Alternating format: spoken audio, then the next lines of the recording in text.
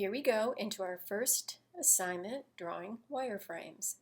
And here is a image of Snap Kitchen's homepage, their website.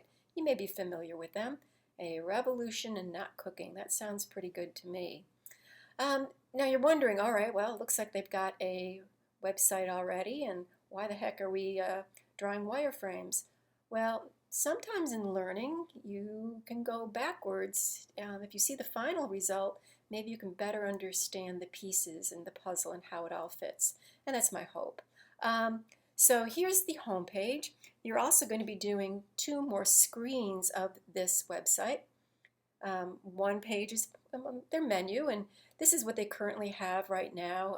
Beef stroganoff, chicken teriyaki. Oh, some of that looks really good, doesn't it? And then we're going to be doing just one item and drawing the wireframe for that. So this looks pretty easy. Earlier in the semester, you drew out shapes, so you've had that tool experience, and we're going to be using that in conjunction with some terminology. So when I get started in Illustrator, the different parts of the web page are going to be put on different layers. For example, you have the Snap Kitchen logo. I'm going to put that on a separate layer. The navigation, I'm going to put that there. Join our mailing list. A revolution in not cooking. View our menu. Hero image. Do you remember what that is? Well, that is that great big most prominent image typically on a website. All right, the one-stop healthy meal shop and all of these other items. And I've put them on separate layers. I've given a outside border and the image, the Snap Home image. We're also going to be working in basic RGB for this color family, and I've given you the swatches this time around just to kind of get you started. So here's the finished product. This is what you are going to be doing for your homework. Looks pretty simple, right? And in actuality, it really is. Many websites are much more complicated, but still, sometimes having big open spaces makes it challenging to communicate what goes there. We'll be dealing with that next week, and that's called gestures, labeling, and notes.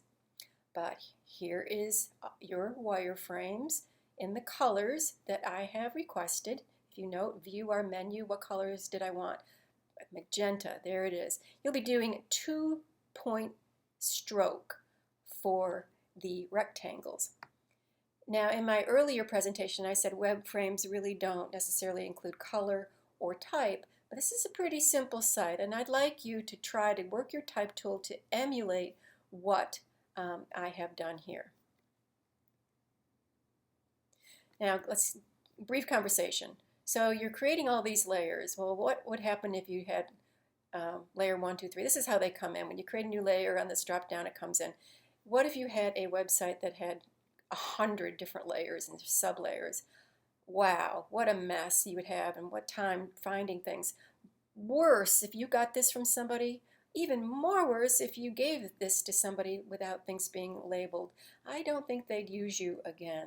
I hate to say that, but I don't think. So again, you want to be extremely organized. All right, so how are you going to start? You're going to work on the Illustrator file that I'm going to be giving you, or you already have in your zip file, and you're just going to lock the layer, of course, so it doesn't move, and you're going to begin to draw these separate shapes. Again, trying to match the type the best you can. I'm not asking for perfection, but if it's a sans serif type, it better look like a sans serif type. And then the next video I tell you what I've used if you already haven't figured it out.